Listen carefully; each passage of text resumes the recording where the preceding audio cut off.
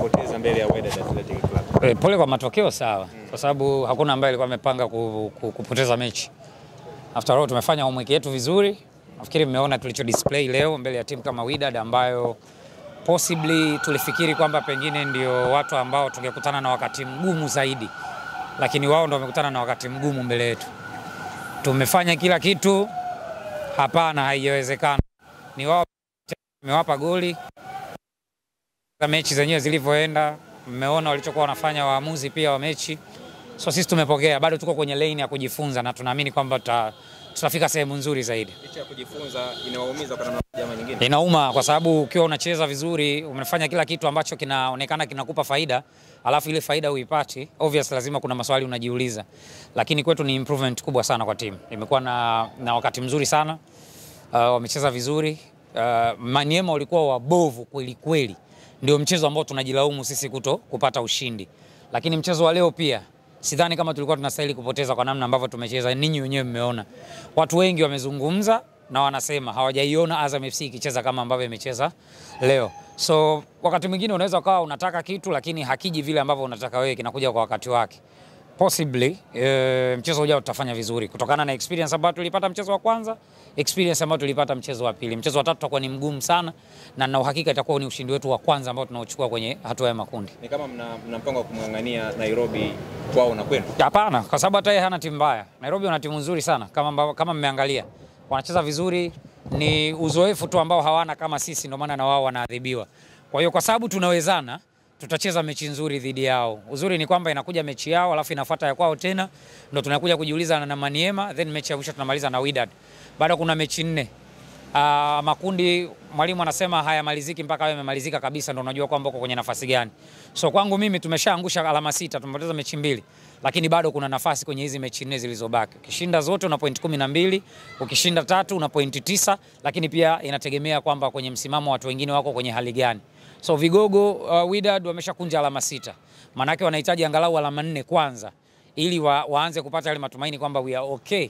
Na kwenye hizo alama 4 wapo watu ambao watacheza nao ambao sisi pia tunawaombea shari. Kwa hiyo bado iko nafasi kwa Azam FC. Mtupongeze kwa kile ambacho tumekifanya kwa mara ya kwanza kabisa. Hakuna aliyetegemea kwamba mechi na Wydad itakuwa hivi. Sisi tukawa dominant. Sisi ndio tumecheza mpira wa leo. Lakini bahati mbaya ni kwamba hatujapata matokeo ambayo tulikuwa tunataka kuyapata. Hashim, pengine kucheza katika uwanja wa Complex na hapa Amani Complex kuna tofauti? Hakuna tofauti yote kwa sababu ni viwanja vile ambavyo vinafanana eneo la kucheza. Bahati mbaya ni kwamba hatuwezi kuitumia Azam Complex kwa sababu ya nyasi. Nyasi zetu sisi ni pure artificial turf. Hii hapa ni hybrid. Ikiwa hybrid unaweza kucheza kama ambavyo tulienda uwanja wa Stade Mateo kule kwa Maniema. Uwanja wao pia ni hybrid. Lakini kama haitoshi, majukwaa yetu kwa viwango ambavyo CAF wameainisha wanataka angalau watu 13,000. Angalau watu 13,000. Kwa hiyo ukiangalia capacity ya Azam Complex na hii ya New Amani Complex, hii ina qualify kuliko ile ya kwetu. Ndio maana tunacheza mechi zetu hapa. Hakuna tofauti yoyote, ndio maana mmeona wachezaji wetu leo wameenjoy, mali imeguswa, boli imetembea. Yoyote atakaye kuja hapa atatapika cha kwetu alichokuwa nacho. Hapa. Tafsiri yake imekaje kwa sababu tumeona mmepoteza michezo miwili lakini tunaona bado matumaini mnayo kwa kuendelea kufanya vizuri. Makundi obvious hayajakamilika. Na bado kuna nafasi. Kila mmoja anaweza kusogea mbele. Aliyekuwa na alama 6 leo anaweza akawa wa mwisho kesho. Bado ni jambo ambalo linawezekana. Aliyekuwa hana alama leo anaweza akawa na point 9 kesho. Lolote bado linaweza likatokea na sisi tunayo imani hiyo. Hatutakuwa na pressure sana kwenye kukamilisha. Ila tunataka tufanye vitu vyetu kwa usahihi, tufanye kila kitu vile ambavyo kinatakiwa kufanyika, alafu tuione timu ikiwa inapata mwelekeo mzuri. Kama ambavyo tulifanya kwenye mchezo wa Maniema, tukaja tukacheza leo na Wydad. Again nasisitiza, hakuna aliyetegemea kwamba mechi itakuwa hivi, imekuwa hivi. Waliotajwa kuwa bora, wao wamepata goli moja mbele yetu, sisi tukiwa dominant wa mchezo. Tulio dominate kwao zaidi wakiwa wanatajwa pengine wanaweza kawa wa pili au watatu kwa ubora kwenye kundi au tukawa tumelingana nao.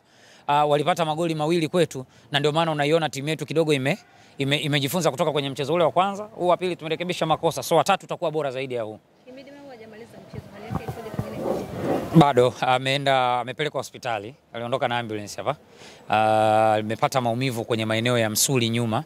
Kwa hiyo ilikuwa anahitaji kupata huduma ya haraka kwa haraka zaidi. Kwa hiyo baada ya nafikiri mpaka kesho saa 4 saa 5 tutakuwa tumepata majibu kwa sababu hivi tunavyozungumza yuko hospitali. Hajaenda hospitali kwamba hali yake ni mbaya. ila ilikuwa ni lazima afikishwe hospitali ili aangaliwe kwa haraka zaidi sije ikanukuliwa vibaya. Unaacha kuwapongeza Yanga wamepata sare. Na wala tuwezi kuzungumza mechi ya watu wengine. Kikubwa ni mechi ambayo imechezwa hapa Unguja. Wydad wamekuja.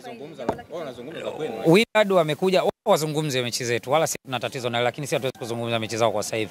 Focus yetu ni kwenye mechi zetu, focus yetu ni kuboresha kikosi chetu, focus yetu ni kuona timu yetu inafanya vizuri. Na hakika lazima pia watuache kwa sababu waliposti kabla hata tunaona Wydad. Pia ni sawa. Watu wenye akili ndogo ndio wanafanya hivyo. Mimi wala si fikiri. Sasa hivi tuko focus na timu yetu. Tuna mechi za ligi kuu zinakuja.